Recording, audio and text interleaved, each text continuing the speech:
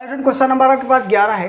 देखिए क्वेश्चन लिखा हुआ है इंटीग्रेशन x अपान एक्स की power 4 plus x square plus 1 dx। ठीक है, आप इस क्वेश्चन को सॉल्व करने के लिए सबसे पहले क्या करो, एक स्टेप बढ़ा सकते हो इसको आगे बढ़ा करके x अपान एक्स स्क्वायर का स्क्वायर और प्लस एक्स स्क्वायर प्लस का 1 dx। ये बात को समझे आप, कोई दिक्कत नहीं।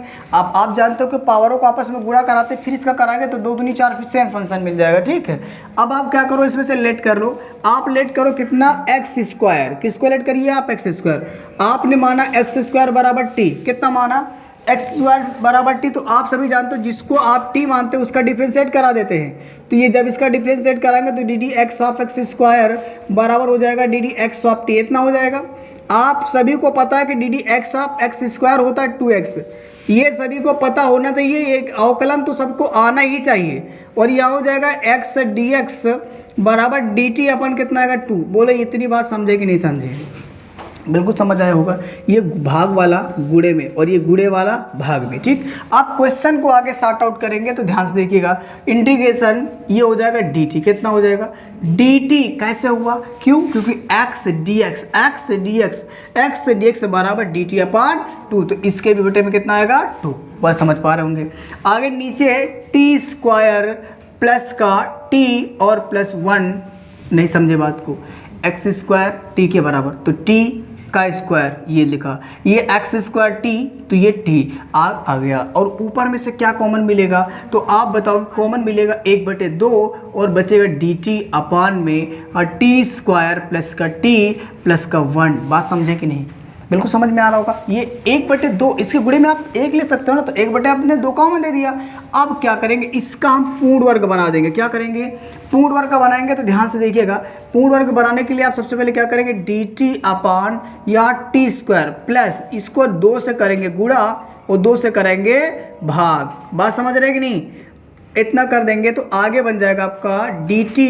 इसकी पहले 1/2 लिखते चलो, 1/2। ठीक, बटे में कितना आ जाएगा, टी स्क्वायर प्लस का 2 इंटू टी इंटू 1/2 और प्लस का 1।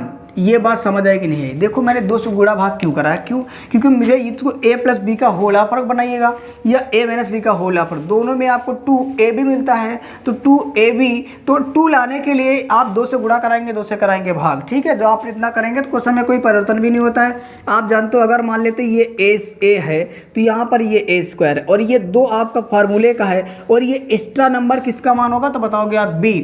अगर यहाँ पे b है तो यहाँ पर b स्क्वायर रहा होगा।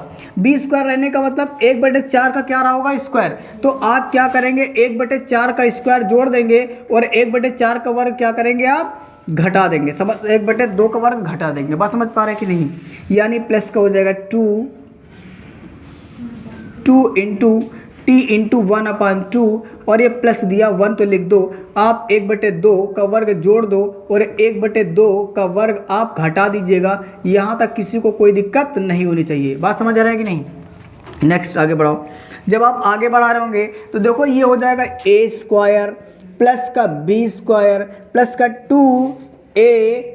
बन रहा ना फार्मूला, तो बिल्कुल जब बनना तो इसकी आप लिख दोगे डी टी अपन कितना हो जाएगा, a प्लस बी का होल ऑफर। a कितना दिया गया तो आप बताओगे t है, b कितना दिया गया तो आप बताओगे 1/2 का होल ऑफ वर्ग प्लस का लिख दीजिएगा कितना 1 और माइनस के लिखिएगा 1/4। नहीं समझे बात को, क्यों, क्योंकि ये आपका एक छूट गया क्या, सॉरी एक छूट गया तो मैं एक को पीछे लिख देता हूँ। क्यों, क्योंकि ये मेरा यहाँ से एक था ना, ये इसको मैंने छोड़ दिया तो इसको मैंने पीछे लिख दिया, कोई दिक्कत नहीं, ये लिख दिया यहाँ पर। जब इसको सॉल्व करेंगे तो कितना आएगा, डी टी अपान में कितना आ जाएगा, टी प्लस का 1/2 और इसकी पावर कितना हो जाएगा, इसका होल ऑफर होगा। अब देखो 4 एक कम 4, 4 में से घटा दीजिएगा कितना बचेगा 3। तो आंसर आपका 3 बटे कितना आएगा 4। समझे बात को ना।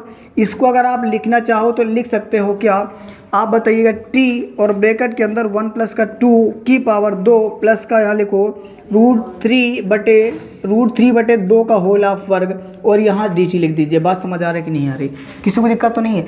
इससे आप मानेंगे x, जी हाँ, और इसे मानेंगे आप ए। समझ पा रहे कि ना? एक काम करना, और आप लोग भी ध्यान नहीं दे रहे हो, ये 1/2 पहले चल रहा था तो इसको आप 1/2 लिख लेना, इसको छोड़ना नहीं है। ये बात समझ आई कि नहीं है? अब आप यहाँ पे एक फार्मूला लगाओगे। फार्मूला आपका क्या लगेगा तो बताओगे, इंटीग्रेशन 1/x² और प्लस का a² dx बराबर क्या फार्मूला होता है? 1/a tan inverse x/a, x/a plus c, ये तुम्हारा क्या होता है? फार्मूला। ओके, यहाँ तक किसी को दिक्कत तो नहीं। आप क्या करेंगे, इस देखिए ना ध्यान से, ये x है और x की जगह पे कितना लेंगे आप? तो बताएंगे t प्लस 1/2, और जहाँ पर a है उसकी जगह पे कितना लेंगे? √3 कितना आ जाएगा? 2। कोई दिक्कत नहीं होना चाहिए। अब यहाँ लिखते हैं, ठीक है? देखिए, चलो एक काम करो, नोट करो, फिर आगे करते इसको इरेज करते हैं यहाँ से। ओ देखिए, समझिए आ गया ये। यहाँ से आप क्या करना होगा, आपको ध्यान से देखना। यहाँ पे आप लिखोगे 1/2, तो आपका पहले से चल रहा उसको लिखोगे, ठीक है? उसके बाद आप लिखोगे 1/a, और आप जानते हो a की वैल्यू कितनी थी, तो आप यहाँ पे था √3। ओ एक मिनट बनाया था मैंने, कहाँ इरेज कर दी, यहाँ लिखा था ना। a की वैल्यू कितनी थी, तो आप बताओगे a की वैल्यू थी √3/2 का होल ऑफ वर्ग, और यहाँ b की वैल्यू थी t प्लस 1/2 का होल ऑफ वर्ग, और प्लस था ना, हाँ प्लस था, ये था, ठीक है? तो आप देखिए इरेज कर दिया मैंने। तो याद रखो, ये x की वैल्यू थी और किसकी वैल्यू a। तो अब आप a की प्लेस में कितना रखेंगे, तो आप बताएंगे √3/2। आगे क्या करेंगे आप? tan इनवर्स, ध्यान से समझिएगा, tan इनवर्स x की जगह कितना रखोगे, तो आप बताओगे t प्लस का 1/2, और इसको आप यहाँ बटे में कितना आ जाएगा, तो आप बताओगे a का मान कितना है, तो बताओगे √3/2, और प्लस कितना आ जाएगा c। किसी को दिक्कत तो नहीं यहाँ तक? दिक्कत है किसी को? इसमें आप पलट कर ऊपर कौन जाएगा, तो आप बताओगे 2 ऊपर चला जाएगा, तो 2 गुणे 2 बटे कितना आएगा? √3 आएगा, और ये हो जाएगा tan इनवर्स। समझना ध्यान से, इसको इससे गुणा करोगे तो कितना हो जाएगा? 2t प्लस का 1/2, और यहाँ पे नीचे वाला 2 पलट के ऊपर, और √3 आ जाएगा नीचे। समझ पाए बात को?